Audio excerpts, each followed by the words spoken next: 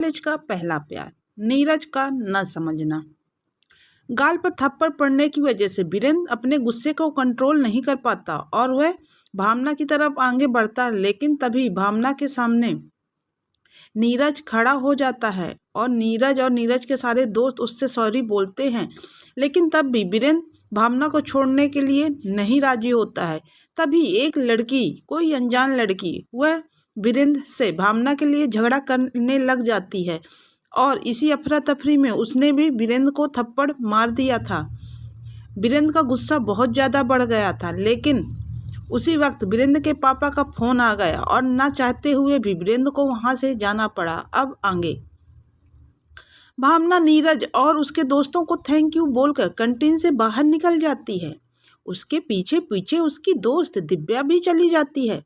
जब दोनों कैंटीन से निकलकर कॉरिडोर से होते हुए क्लास की तरफ जाते हैं तो दिव्या भावना से कहती है, यार कुछ भी कहो, वह बंदा तुझे सच में पसंद करता है। देख कैसे आज हीरो की तरह तेरे सामने आकर खड़ा हो गया था। अगर वह ना आता तो वह एमएलए का लड़का वीरेंद्र तेरे साथ कुछ भी कर सकता था। और हाँ, वह लड़की कौन थी? उसने भी तेरा बहुत सपोर्ट किया। अगर आज नीरज और वह लड़की न होते तो पता नहीं वीरेंद्र तेरे साथ क्या करता। वैसे यार वह बंदा स्मार्ट तो बहुत दिखता है, तेरी और उसकी जोड़ी मस्त लगेगी। मैं तो कहती हूँ अगर वह तुझे प्रपोज करे तो तू बिल्कुल हाँ कह देना। भावना दिव्या की तरफ देखकर कहती है, तू भी यार क्या बकवास बातें कर रही है। मैं कॉलेज पढ़ाई करने आई हूँ, यहाँ कोई बॉयफ्रेंड बनाने नहीं आई हूँ। दिव्या कहती है, अरे यार यही तो एक लाइफ मिलती है, कॉलेज की लाइफ ही इंजॉय वाली लाइफ होती है। यही लाइफ तो आदमी पूरी जिंदगी याद करता है। फिर तो शादी, बच्चे, परिवार, इसमें ही लड़कियों की जिंदगी पूरी खत्म हो जाती है।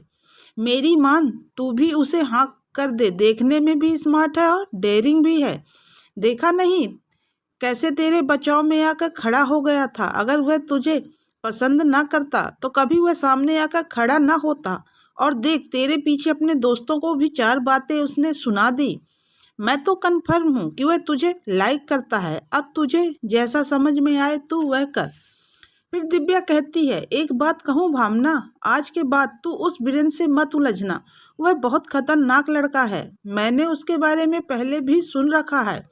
उसका बाप एमएलए है, बड़े घर का बिगड़ैल लड़का है। पुलिस भी उसकी ही बात मानेगी। इसलिए तू पढ़ाई करने आई है ना, तो बस पढ़ाई कर, किसी से पंगा लेने की जरूरत नहीं है।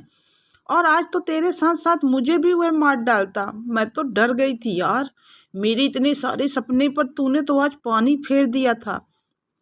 शुक्र मनाओ उस लड़के और वीरेंद्र के पापा का और उस लड़की का जिसका उस वक्त पर फोन आ गया और वह चला गया, नहीं तो आज पता नहीं वह क्या करता। मैं तो कुमारी ही विधवा हो जाती। भावना दिव्या से पूछती है, तेरे सपने क्या है? दिव्या कहती है, मेरा सपना है मुझे एक बॉयफ्रेंड बनाना है, शादी करनी है, बच्चे पैदा करने हैं और मेरी तो बहुत सारी प्लानिंग है। और सबसे बड़ी बात यार, मैं अभी वर्जिन हूँ और एक लड़की वर्जिन मर जाए उसकी ज़िंदगी में धिक्कार है। और तूने तो आज मेरे सारे सपनों में आग लगा दिया था। इसलिए आज के बाद तू जब पंगा करेगी तो मैं तो पहले ही भाग जाऊंगी। अभी से बताए दे रही हूँ, फिर बोलना मत कि मैंने तुझे बताया नहीं। भावना कहती है, तू कितनी डरपोक है। और ये तेरे सपने हैं या फालतू के सपने? इनको तू सपना कहती है? ये सपने नहीं, ये कचरा है। दिव्या कहती है, तेरे लिए फालतू होगा, लेकिन यह तो मेरा ड्रीम प्रोजेक्ट है। पता है मैं तो कॉलेज भी नहीं करती अगर मेरे घर वाले ना कहते। मैं तो अभी ही शादी कर लेती, पर वह घर वालों के कहने पर मैं कॉलेज कर रही हूँ। उन्होंने कहा कि कॉलेज कर लो, उसके बाद शादी करेंगे, इसलिए मैं पढ़ाई कर रही हूँ। दिव्या की बात सुनकर भावना हंसने लग जाती है और कहती है, पहली लड़की मिली है जिसे शादी करने की इतनी जल्दी पड़ी है और वह कॉलेज भी शादी करने के लिए ही कर रही है। गजब की लड़की हो यार। दिव्या कहती है, सबके अपने अपने सपने होते हैं, मेरा यही सपना है तो मैं क्या कर सकती हूँ। तुम मेरा और मेरे सपनों का मजाक उड़ा रही हो। जाओ, मैं तुमसे अब बात नहीं करूँगी। इतना बोलने के बाद दिव्या भावना के साइड पीट करके अपना मुंह फुलाकर खड़ी हो जाती है। दिव्या की यह हरकत एकदम छोटे से बच्चे जैसी लग रही थी। दिव्या देखने में बहुत सुंदर थी। उसकी हाइट 5 फुट 2 इंच होगी। उसका रंग गोरा, उसके गाल वैसे ही फूले फूले थे।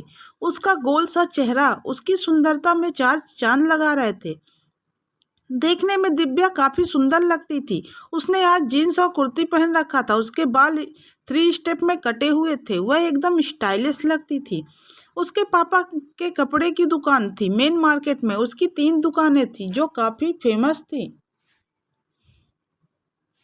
यह तीनों दुकान, एक उसके पापा की, एक उसके ताया जी की और एक उसके चाचा की थी। तीनों भाई अपनी अपनी दुकान चलाते थे। उनकी दुकान में मार्केट होने के कारण बहुत ज़्यादा चलती थी। इनका नाम भी बहुत फेमस था। ये पुराने व्यापारी थे। इनकी पीढ़ी दर पीढ़ी यही व्यापार था। दिव्या का पूरा नाम दिव्या अग्रवाल था। दिव्या के पापा का नाम जय अग्रवाल, उसके ताया जी का नाम सुरेंद्र अग्रवाल तथा उसके चाचा का नाम धीरेन्द्र अग्रवाल था। इन तीनों भाइयों के बीच काफी प्यार था। कुल मिलाकर दिव्या भी एक बड़े बिजनेसमैन फैमिली से ही बिलोंग करती थी। भले ही उसके पापा कपड़े की दुकान खोल रखे थे, लेकिन इनकी इनकम बहुत अच्छी थी और दिव्या अपने घर में इकलौती बेटी थी। उसके 2 भाई थे, एक बड़ा भाई और एक छोटा भाई। दिव्या दूसरे नंबर की थी। उसके परिवार में उसके पापा लोग 3 भाई थे और तीनों भाइयों में सिर्फ दिव्या ही एक लड़की थी। इस कारण दिव्या का मान पान उसके परिवार में बहुत ज्यादा था। घर के हर मेंबर दिव्या को बहुत प्यार करते थे। इसी कारण दिव्या को कभी एहसास ही नहीं हुआ कि दुख तकलीफ क्या होती है। इसलिए जिंदगी में उसके सपने बस शादी करने तक ही सीमित थे, क्योंकि उसने अपने घर में देखा था कि उसके मम्मी पापा, ताया ताई, चाचा चाची सब लोग कितने प्यार से रहते हैं। उसकी फैमिली बहुत ही सिंपल और प्यारी फैमिली थी। दिव्या के मम्मी पापा एक आइडियल कपल माने जाते थे। वह दोनों एक दूसरे को बहुत प्यार करते थे और वह दोनों काफी एक दूसरे से प्यार करते थे। वह दोनों कभी ऊंची आवाज में बात भी नहीं करते थे। इसलिए दिव्या को लगता था कि सबसे अच्छी जिंदगी यही शादीशुदा जिंदगी होती है। शादी करे, बच्चों करो और खुशहाल जिंदगी अपने पति और बच्चों के साथ जियो। और दिव्या कर भी क्या सकती थी। उसने अपनी फैमिली को बहुत ही खुश फैमिली के रूप में देखा था। उसने बाहर की फैमिलियों के बारे में नहीं सुना था और ना ही देखा था। दिव्या कहती है,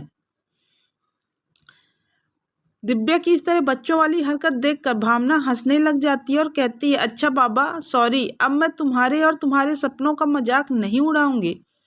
दिव्या कहती है, जाओ, मैं तुमसे बात नहीं करती हूँ। मैं एक तो तुम्हें अपना सपना बताया और तुम मेरे सपनों के लिए हंस रही हो। जाओ, बहुत गंदी हो तुम। भावना कहती है, बोला ना बाबा सॉरी, अब नहीं हंसूंगी, पक्का आज के बाद कभी भी नहीं हंसूंगी। दिव्या को भावना के इस तरह सॉरी बोलने से दिव्या हंस देती है और कहती है, चलो माफ किया, अब दोबारा मेरे सपनों के बारे में कुछ नहीं बोलना और हंसना भी नहीं, समझी। भावना कहती है, हाँ बाबा, बोला ना सॉरी। इतना कहने के बाद दोनों क्लास की तरफ चली जाती हैं। भावना और दिव्या दोनों ही दिन में काफ़ी अच्छी फ्रेंड बन गई थी। उन्हें देखकर ऐसा नहीं लगता था कि उन्होंने आज तक उनकी पहली मुलाकात थी, बल्कि ऐसा लगता था जैसे ये काफ़ी पुरानी दोस्त हैं। दूसरी तरफ कैंटीन में सभी नीरज के दोस्त नीरज को ताने मारे जा रहे थे। सब लोग नीरज को कहते हैं, तू पागल हो गया है क्या? तेरा दिमाग खराब है जो तू बीरेन से उलझने चला था। तुझे पता है ना कि वह कैसा लड़का है, तब भी तू बड़ा हीरो बनने गया था उस लड़की के लिए, और देखा उस लड़की ने कैसे बस एक छोटा सा थैंक यू बोलकर चली गई। इतना होने के बाद भी उस लड़की की अकड़ नहीं गई। वंदना कहती है, भाई तू उस लड़की के लेवल का नहीं है। तू एकदम सिंपल सादा हंसमुख टाइप का है और वह एकदम डेयरिंग और अकड़ू टाइप की है। तेरा और उसका कोई मैचिंग नहीं है। तो तू अपने प्यार की गाड़ी को यहीं ब्रेक लगा दे, वरना आगे तेरी यह गाड़ी का एक्सीडेंट भी हो जाएगा। तब तू किसी काम का नहीं रहेगा। वंदना की बात पर अमृता कहती है, हाँ यार नीरज, वंदना ने सही कहा, उसका और तेरा कोई मैचिंग नहीं है। और देख, एक दिन में ही उसने वीरेंद्र को अपना दुश्मन बना लिया और उसने हम लोगों को भी रैगिंग देने से मना कर दिया था। उस लड़की का एटीट्यूड बहुत ज़्यादा है, तो उसे नहीं बर्दाश्त कर पाएगा।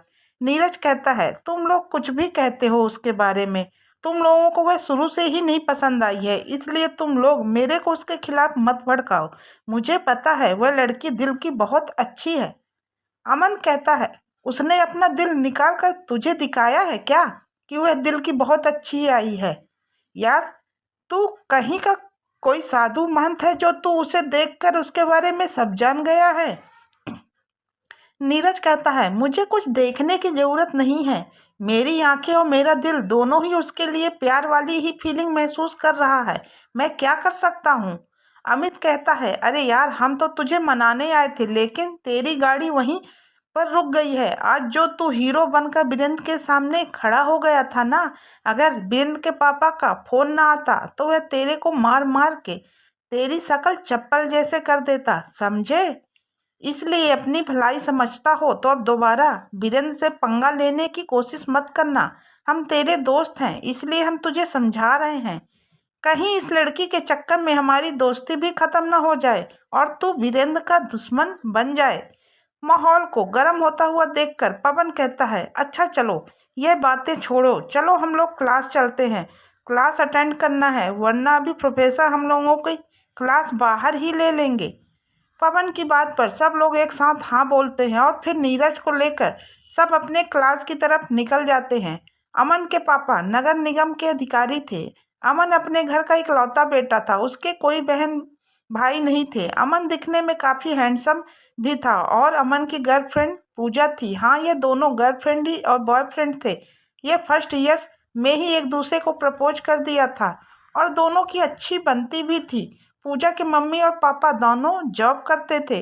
पूजा की भी फैमिली एक अच्छी फैमिली थी, लेकिन पूजा के मम्मी और पापा के बीच अच्छे बनती नहीं थी। दोनों के बीच हमेशा किसी न किसी बात को लेकर झगड़ा होता रहता था। इस कारण पूजा कभी कभी अपने मम्मी और पापा के कारण काफी दुखी भी रहती थी, लेकिन उसके मम्मी पापा पूजा से बहुत प्यार करते थे और उसकी हर ख्वाहिशों को पूरी करने की कोशिश करते थे।